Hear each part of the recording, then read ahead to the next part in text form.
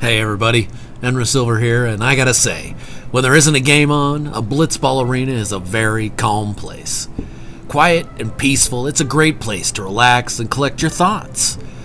But I digress. Welcome to episode 6 of the Void Terraformer Build Journal. I want to thank you for continuing to watch these episodes, and I hope you get something out of them that helps your building. Today, we're going to go over the creation of the first floor of our laboratory.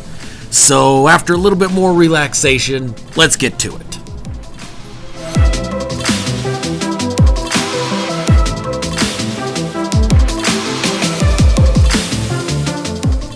Now, for the laboratory, I wanted to put it a little bit of a distance away from the reactor to kind of show that the Korvax weren't really sure about how well this reactor was going to work, and so they kind of hedged their bets to make sure they were prepared in case the reactor blew up on them.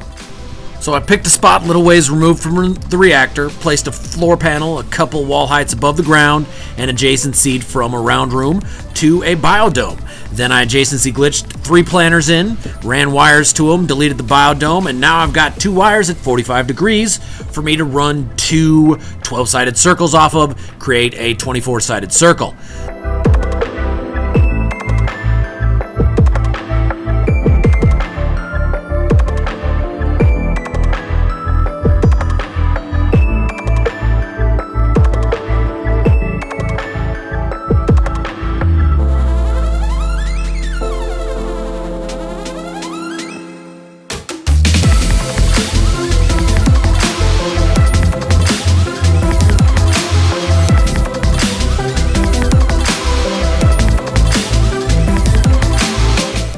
So when I built the first 12-sided circle, I pushed each side out by 2 additional panels, and then started building my second 12-sided circle.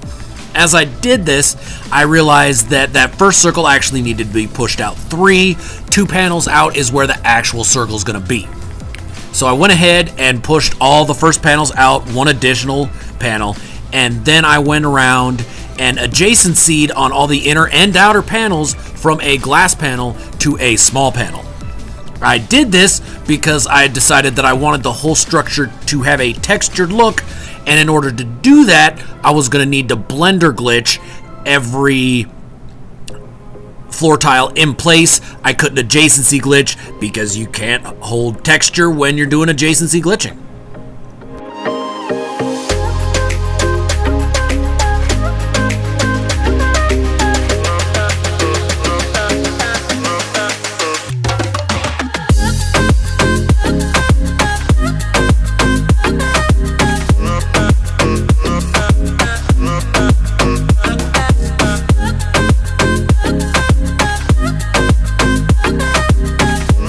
Once I got all 24 small panels placed, I went around and snapped light panels on the outside of them.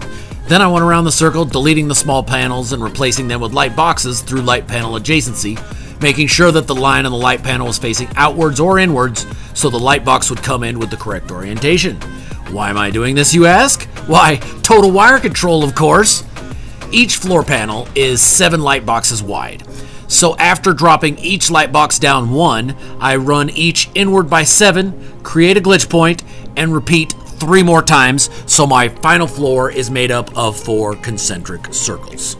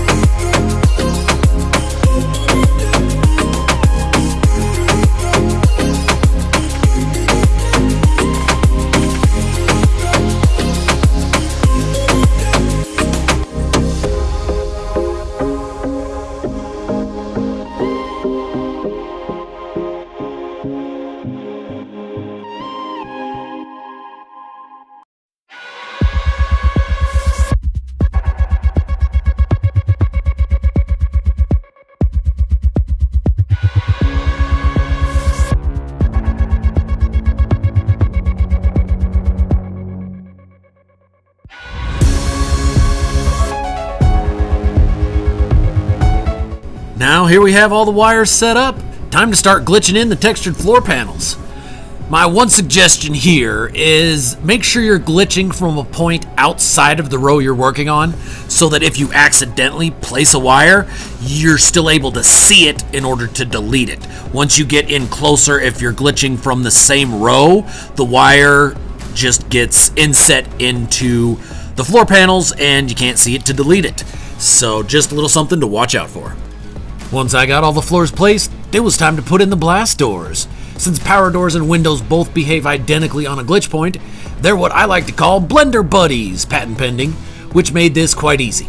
I simply adjacency glitched small panels again around the outside, deleted the outer row of floor panels, and placed a light box in front of the small panels just like I did a few minutes ago.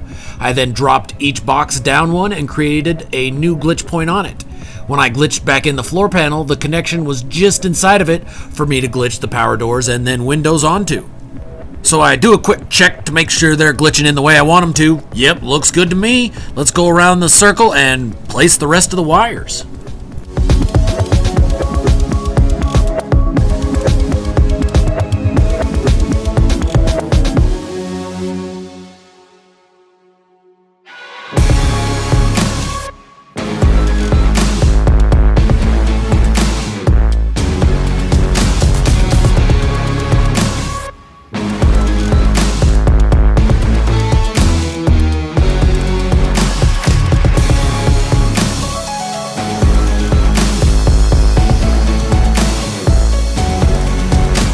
Then once I got all the wires set, I went around the circle, glitched back in the floor tiles, then went back around, glitched in all the power doors, and went around a third time, glitching in all the windows.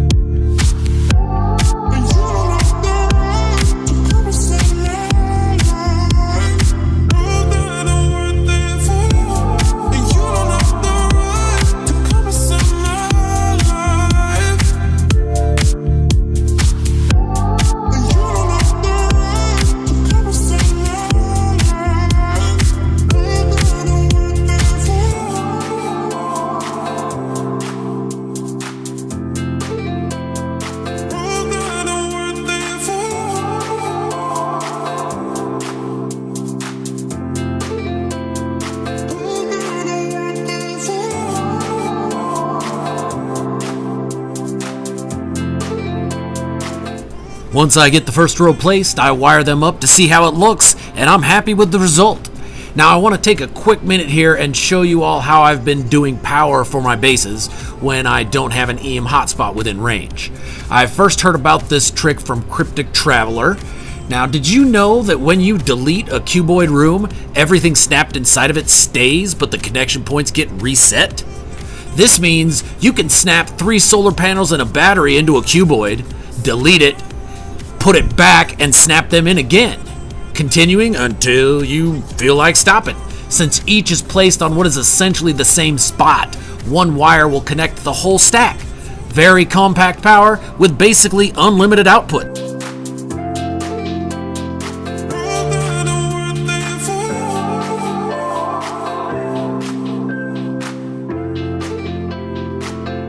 Once I have the first row placed, I do a quick banana, and now it's time for the second row.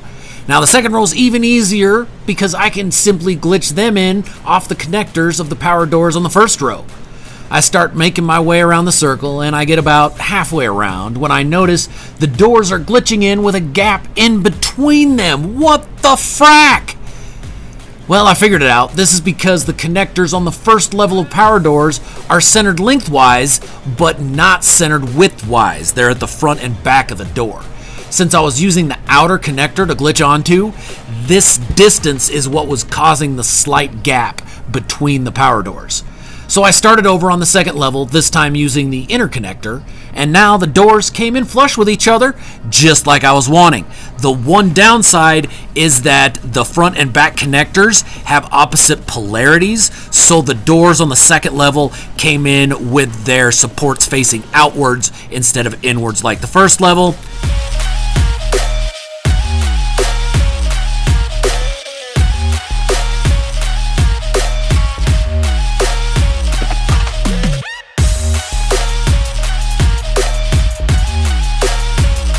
But I actually kind of liked the look, so I ended up sticking with it.